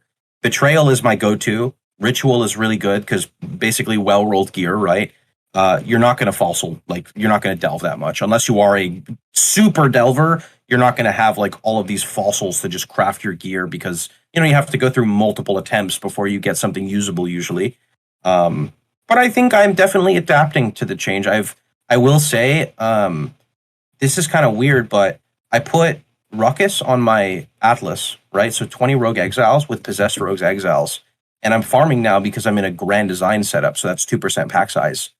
And the amount of stuff I identify is actually so crazy. I've went through over 16,000 wisdom scrolls. And because of, and I know this because I have no armor scrap, or I have no whetstones, and I have more than a cap of armor scraps in my little trade currency tab, right? But I have identified some crazy good gear, and a lot of it is just from sheer literally just identify use. But I've probably ID'd like 2 or 3 +1 all spell skills amulets, which is really rare, and like at least 4 or 5 +1 fires. So I don't know. I'm kind of right now enjoying identifying everything. I know that's not sustainable for me, but for at least right now, because I know they're going to do something with entry level crafting. They usually do it in a form of a league mechanic. They didn't this time, really. They usually every so often bring something out. So for now, this is holding me off. For me, Harvest is the pain of what it could have been and what it was. I think that's what hurts me the most. Because, like, if Harvest had never existed in any other state and we just got, like, it was literally just the quality of life as it is now, like, it's a great implementation of quality of life improvement for Harvest. You know, the way you get the life force now, and it's a bit more interchangeable, and the using of it and everything is far more enjoyable than it was previously. But it's very hard to enjoy that in light of what has been lost and cut from it. Some really nice things, and I'm just generally a big fan of powerful deterministic crafting. I think it gives players a lot more ownership, a lot more sense of progression, much more like a stronger link, emotional connection to their gear. all this nice fuzzy feelings, I think, comes from powerful deterministic crafting. So moving away from, like, you know, some of the nice crafting we had, like I never felt more connected to my character's gear and progression and, you know, feeling of upgrading over time than I did, you know, just after Harvest was made core during that kind of little golden era there. So, yeah, it's really hard to appreciate the current state of Harvest and assess how good it is just when you're thinking about, you know, what it could be, what it could have been, and what was lost. But, yeah, and it is what it is now. There's some value there for sure, and it is quality of life-wise a lot nicer, but I'll hold out hope that future League mechanics come with some nice deterministic crafting that we can at least play for a little while before, you know, I guess they get kind of cut down a little bit. Because that seems to be the trend, is we get some cool new things and then they get phased out in favor of some other cool new things. Yeah. At least they have been messing with that a bit. Yeah, you're right. There's really like 2 important aspects there of Harvest crafting. Is like one, getting to a state, like a safe state, or like having points in the item progression that are sort of fixed, like as you're creating an item, not like progressing items in one slot. But what I'm trying to say is when you're progressing an item craft, if you want to make one single item and you go from white base to finished item that you want to equip, Harvest did a great job at like giving people sort of stepping stones, like making it so that people are able to break down the very abstract and overloaded process of making an item into little bite-sized pieces that they could tackle one at a time, and like that way, step by step, get closer to the item that they wanted. And then on the other hand, you have that large like amount of sheer raw crafting power that is leaving a massive vacuum right now, because it just got removed the very same time that we also got stripped of recombinators last league. And I'll do it. Yeah. I'll go. Sorry, continue. I can finish the thought real quick, but I'm also mixing things. What you said is that you were a little bit more invested in your items because of Harvest. So you had a little bit more of a personal relationship to your items. And I do see that point, and I agree. I had that as well. But on the other hand, I have to see that, especially in the light of Recombinators last league, but also this league without Recombinators, I feel much more excited about picking up items from the ground, identifying them, and working on them with other things, because Harvest is not such a dominant force anymore, and the items are more likely able to compete. Still far away from it gives other mechanics more of a chance to shine just because it was so powerful. I don't even necessarily want, like, I don't really want my deterministic crafting system that I want to see in Path of Exile to be Harvest. Even when they first added it core, I was actually like, I had the idea of like, what if killing certain map bosses gave you unlocks of crafts for different flavored like targeted exalts and stuff like that. So you can get like a cold exalt or a cold annul from like defeating core content bosses. So I make it a core system. I was like coming up with ideas for like, oh, how would you take harvest concepts and make them a core element of the game? But obviously, it's not what GGG wants to do. But I was gonna say on a pretty positive note is that I very much love the influence, the implicits for the new Eldritch? influences. Yeah, Yeah. the Eldritch currencies in general, the crafting. So the current, like, the thing that most players will interact with is like getting some lesser embers and whatnot and chucking them on their gear. It feels really good. I never feel like I shouldn't be doing it because I'm wasting. They're cheap enough and common enough that you can use them, and they're impactful. The mods are exciting. Like gloves and chest armors, especially, like super exciting. And Yeah, there's some great stuff on there. Sometimes you get something that's not useful for you, and you're like, oh, bummer. But you later on you'll go find a greater ember and you'll chuck that on instead. Maybe get a better roll or something like that. Maybe you'll gamble some rolls that are good but not quite as good as they could be. So there's a really nice progression there, and you take your gear and you modify it, and to the point where I'm like, I don't want to use uniques very much because I actually really like that system. And then the tail end of that, the later crafting that you can do with that as well, I think is really good too. So I think GGD really nailed it with that, and I would love to see more of that. And it's a shame that it's restricted just to 4 item slots. I like it. Yeah, I was going to say I like it a lot because it, for me, is helping me craft future gear now, right? As I'm moving away from Harvest, we go back to fractured pieces, right? So you have a fractured chest with a suffix that you want. Then you're using an essence that hits a suffix that you want. Then you're rolling for just your 3rd suffix, right? You hit your 3 suffixes, and now you have poopy prefixes. So you can use your Eldritch currency to sort of influence your prefixes. Not even your implicits yet, but this is like one step further. The Eldritch Chaos and the Eldritch Exalt, you can actually sort of target what you want. So, for example, say you want to hit a life roll. It's not that difficult to hit a mediocre life roll. You hit a mediocre life roll, you craft another affix, and then you Exalt Slam or Eldritch Exalt Slam, and then you recraft the affix you want, and you have a piece that's done. Right, that's really cool. I like that. It's really difficult to set that up in Trade League, in SSF, but it's very, very easy to set it up in a Trade League. It's just difficult to get into for newer players, but I really like the implicit re-rolling because there's no harm. Yeah, exactly. Which is Because really you nice. can improve an existing item without risking losing what you already have. I would like to see the currency divided a little bit more, and I don't want to use more currency, but I just don't like how there are pinnacle versions and regular versions, because there's just like, I think it was this league and Trade League, I hit level 98 in trade before I got exposure on my gloves with Acres. Which is just kind of outrageous to think of that's a reality that exists. But I mean, if that's the way they want it, that's totally fine. It just seems a little too extreme at times. The pools are very large. There's so many different modifiers, and there's no way for you to narrow down like in what direction you want to roll.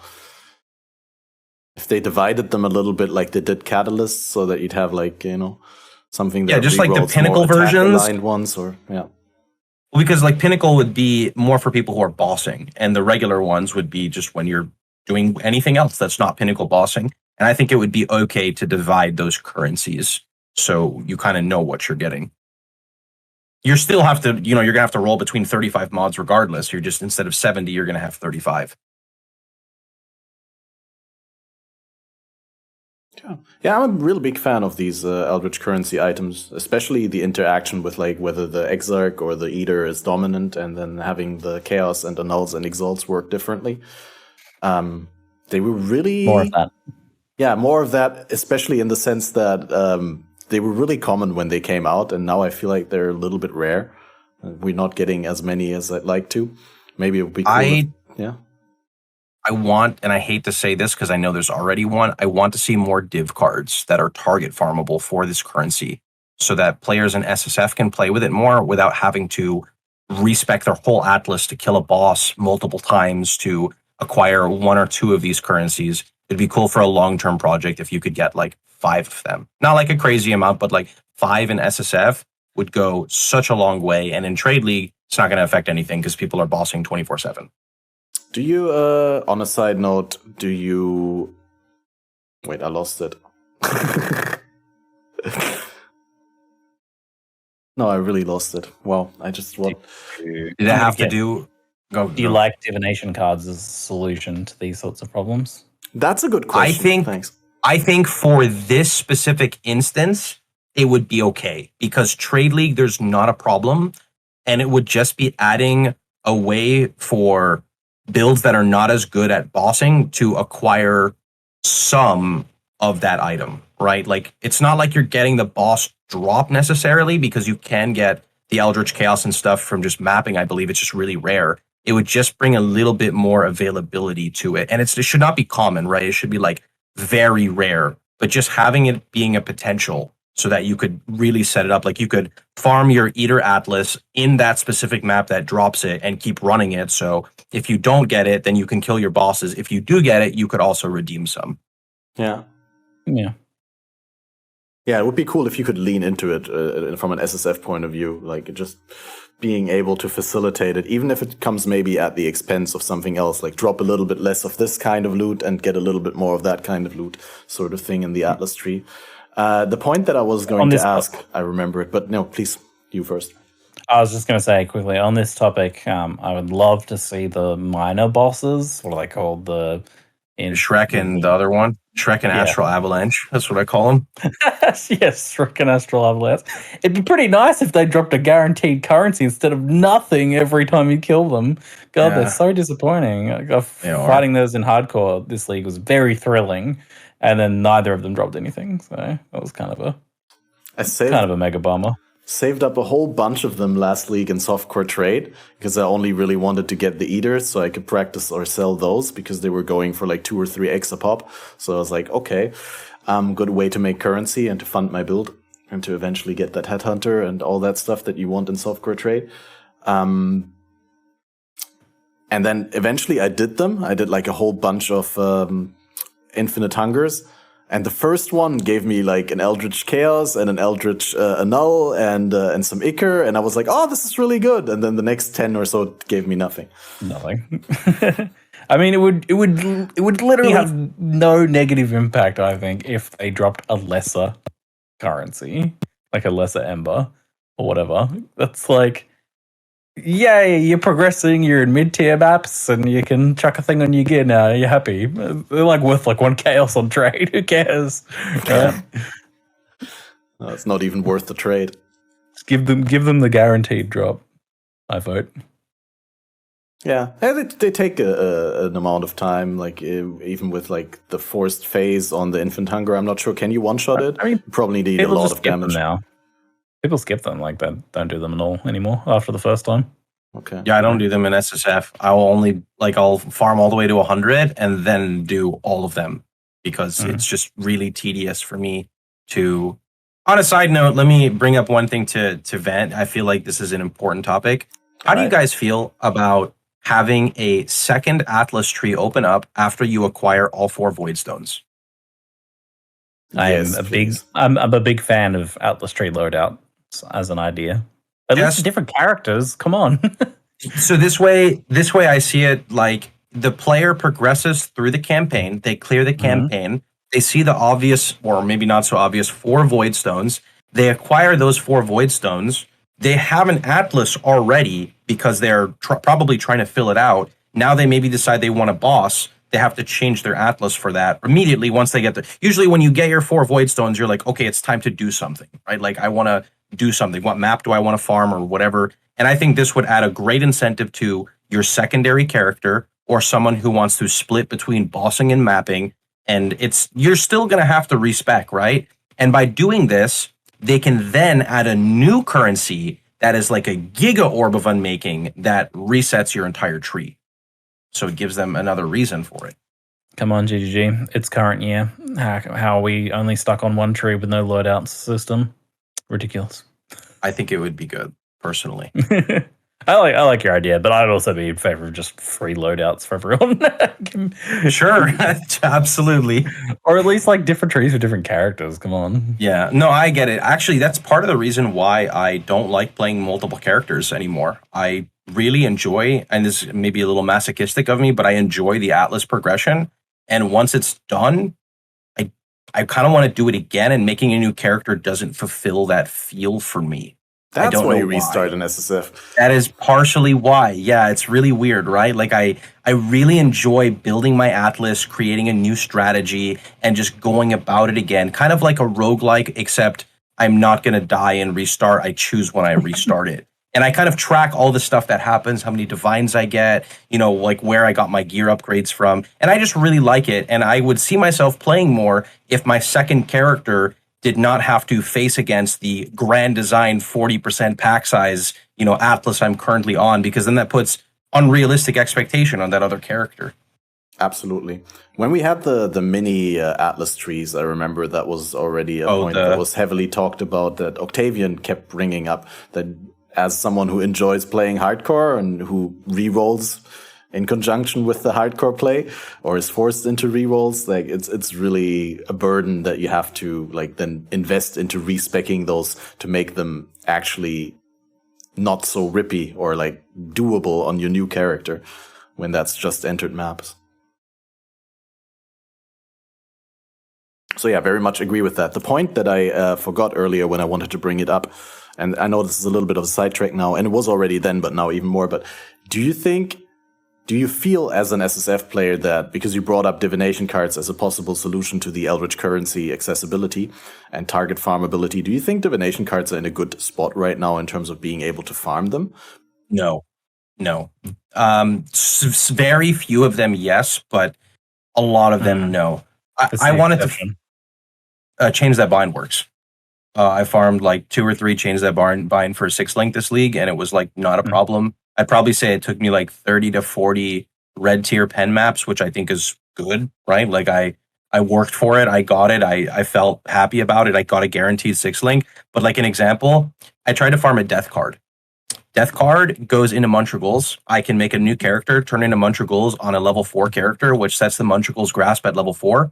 Then I can take 4 Void Scepters, vendor them, and then get an item level 4 Muntragles grasp. Well, item level 4 Void Scepter, so it's 40% implicit on an item level 4 base, which makes it easy to craft +1 fire gems and dot multi, and then you can craft your high increase. I found 30 Chains That Bind cards, and I have not found a single death card. I have dropped the Muntragles. I cannot find death cards. It's not even. It's like it's just a death card. It's not even a rare item, right? Like, nope. It's just some of them are just on Trade League. Death cards were going up to 10 chaos per at one point because people wanted to do the strategy. If a Muntragles card is worth like 10 chaos in Trade League, you've like either it's getting crazy price fixed or it is very rare. I mean, Muntragles itself is like an ALK, but the div card was like 10C, and it was 4 of them for like for an actual Muntragles. So someone's confused about the concept of flipping there. Like, yes, I'm going to buy 40 chaos worth of cards and get my 1 ALK item. Yeah. Cards are. I really like the concept of cards, but most of the time, like you said, there's like a very small handful that work. Like I feel like they should. You can farm. You can farm the tabby ones. You can farm the like Chains That Bind. There's like the short bow one. I think is pretty reasonable. 5 link stuff. There's some of these stuff that like work in some situations. Like maybe in self found, or even you just like getting your own gear. Some of them work, but it's a very small amount. But it's a shame that more of them aren't. And it's not just that like, oh well, we can't make the card that gives you a mirror too common because it affects the mirrors. Okay, fair, but like you said, like Muntragles grasp, it's not like it's a rare or valuable item. So there's some more fundamental problems there. I suspect it's just that maps constantly changing, their drop locations are constantly changing, and there's just so many of them that GGG just doesn't. It's really, a lot. It's not their priority right now, for sure. Yeah, I think it is just. Which is a shame because it's like a thing that people spend a good amount of money on to have these cool things added into the game. Yeah, the best divination cards are the ones that drop 1 of 1, and you can just turn it in. Because at least when then you get it, you're like, yeah, it Void. worked. Cool, I can get the item. You don't have to be like, well, I'm never going to build the set of this cool card. Because sometimes I get a card and it's like something really exciting. And I'm like, well, I'm never getting any more of those again. There's a card that's called, is it No Traces? It's like 30 Scourings or something. And I get so excited when I find it in SSF. And then I'm like, but I'm never going to complete it. Ever. Because like Scours are great because Scour out like everything I do. And I'm just like, no, I want the 30 Scours. That's so many. Yeah.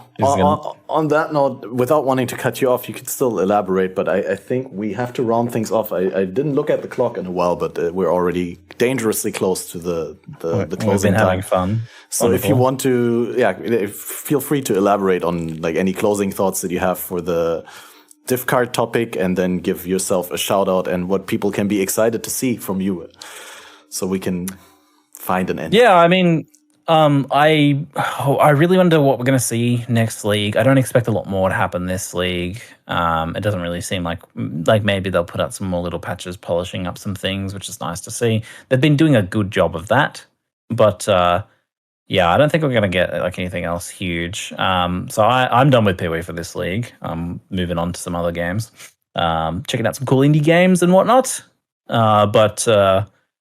Yeah, anything shy of like I really wanted the Calandra League to be really fun, so it's a bit disappointing that it's not more exciting. I think they really were conservative with the reward of it.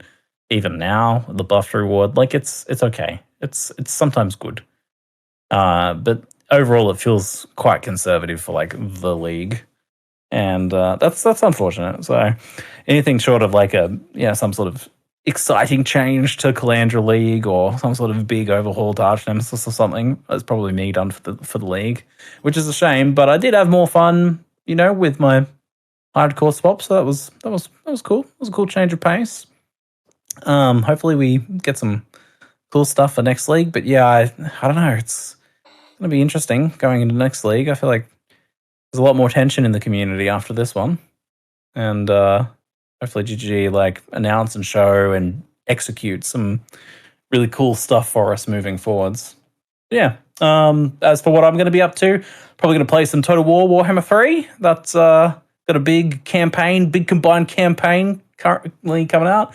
I love my RimWorld action, so I'll probably do some more RimWorld. I like checking out a lot of indie games in between my PoE League time. I always love your variety coverage.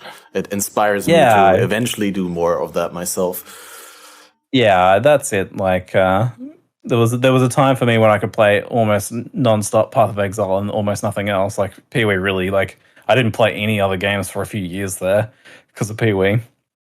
But I thoroughly enjoyed the brief bits of time that I do spend with PoE sometimes now. I would like them to be a little bit longer and a little bit more enjoyable. So hopefully we can get to that.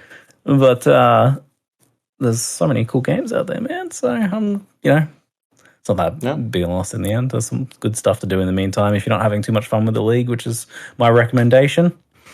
There's only 24 hours in the day, and so you got to make the most use of that. Can put all your eggs into one metaphorical basket, even if that basket is a triple G basket with the Path of Exile logo on it. Yeah, I love them. I love the. I know a lot of the people from GGG, so it's hard when you're not really like super happy with some of the changes they're making. It's like disconnecting these two things is challenging. So I hope we see some really cool stuff for next league. Right. Quick closing round, Pohx. What are your ambitions for the rest of the league? When are you going to go into variety and hopes for the next league? So I don't think they're going to be changing much with this league either. I think they're just prepping, just as Ziggy said, kind of for next league. I am definitely hoping to see some change with Arch Nemesis. They're not going to remove it, so I would just like to see what their concluding thoughts are as of now towards the end. I'm really hoping the next league focuses on entry level crafting for new players. I really do feel like they will to an extent. I personally like when the league mechanic is really fun to do on league start and then tapers off a little as you kind of become more invested in the game. That way it gives new players a chance to do it as long as they'd like, and min-maxers can kind of like, figure out everything to do with it, but it doesn't feel bad to skip it if you don't want to. Variety, I don't know. I don't think I'm going to go into variety. We'll see. So, well, I don't know. This Full-time character, PoE streamer. I mean, I already have a 100 You're a- Inquisitor, and this jug is 98, so I still have 2 months left. I don't You know if already that's are enough. a variety streamer, Pox. You're a variety Righteous Fire streamer. You're going to play Okay, all the that's- varieties of Righteous Fire. I have had Elementalist that I respect to an Occultist RF hit 100, Chieftain 100, Inquisitor 100, Jug will be 100, Champion 100. I'm not fully around the Atlas yet, but we'll get there. Or Just- the Yeah, Passive do a Tree. Righteous Fire of every single character, please, and do There's a guide one league for I every had single 5. ascendancy. It's 4 or 5. I actually got a Mage Blood drop. I was just exploding maps with my RF builds. It was great. There was a league I want to where say one for Xenos, every ascendancy. Xeno set out to do a Brutus Lead Sprinkler character on every single ascendancy. I think he got around to doing Oh, most of them. That was a glorious time. Classic. But I'm not wanting to open another can of potential topic worms. As for myself, I very much enjoy playing the league, and it probably helps that I went on a bit of a hiatus leading up to the league, so I basically didn't play for like an entire 40 days before the league. Like after Gauntlet, I just stopped and focused on rethinking content and my approach to content, what I want to do with the podcast, what I don't want to do with my YouTube and stuff. So as a result, I didn't have that much time to play, and that also went into the league. I just have healthy, normal, casual hours now. I don't play 80 hours of Path of Exile per week, but I play like 20 to 30, I'd say, right? Like I do like 2 or 3 streams a week with like 8 to 10 hours. And that's really gone a long way to enhancing my enjoyment for the game. I really currently feel this urge. Like I really am hyped to actually play PoE after this podcast. Like I'm looking forward to improve my gear, to get more loot, and to see that stack of Chaos Orbs, Exalts, and Divines in the stash growing, and to hopefully maybe this league get some actual endgame bosses down in HCSSF. So yeah, that makes me think like if you're enjoying Path of Exile right now, hell yeah. Oh yeah, because don't feel bad about that. Love it, I love it. You do that, you know. Other people being done for the league or unhappy with certain changes. Yeah, no, you just kind of made me think about that idea. It's like, yeah, guys, I love seeing people enjoying Path of Exile. We had quite a few new people joining my stream this league, being like, I'm playing Path of Exile for the first time, and some people are like, oh no, you picked a bad time. It's like, man, it's like these people literally don't care. Like a new player literally doesn't care. They're having a great time, and it's so good to see. So yeah, you guys enjoy yourselves. You know, I feel some sometimes of us will take some breaks when we need to take those breaks. It's a detriment to have been playing for so long and to always have that comparison in your head to how the power level was previous league, how smooth the build felt, and how little problems you had with the monsters, and how easy it was to craft gear. I wouldn't give it up though. Like this long history of Path of Exile and all these different Path of Exile experiences, and you know, and not every league is going to be my favorite league, but all of this is a part of it's like my life has gone in parallel with Path of Exile, and I don't know. Yeah. Close to my heart. And then also I wouldn't give it up. A line from a song that I discovered recently. We didn't come this far to only come this far, right? Like, if you've enjoyed the journey of GGG, going from the 3-act game that I started back then, some people even learned to know as a 1-act game or 2-act game. And if you know all the insane additions to the game, how the game has shifted from what it was back then, from a small indie game to like arguably the biggest and best ARPG out there, at least for a remarkable amount of time. And we'll see how the future holds up, but they definitely coined and shaped the space and the expectations of what is a good ARPG. Like, you can't have that conversation without Path of Exile. Absolutely. A good point to bring up. Yeah, like I said, without wanting to further glue you to the podcast, I think this is the point where we cut off the recording. If you've missed the podcast in the beginning, this is always uploaded in full to my YouTube. You can find it on all podcast platforms. The next Fated Connections will be already on Wednesday again. That's the 28th of September, 9 p.m. GMT. We're going to be joined by Gazi and another guest that I will announce in the next coming days. So follow the Twitter or the socials where I announce these things. And once again, I've always forget to mention this, FATED.FYI/NEXT, FATED.FYI/next always links to the date for the next episode. So yeah, make sure to use that short link. And thanks for having me on, Kat. Yeah, nothing left to say, but thank you for coming on. Cheers. Yeah, you always enjoy a good PoE talk. Good podcast. It was awesome. Fun. Thanks for taking the time. No problem. And bye-bye until the next one.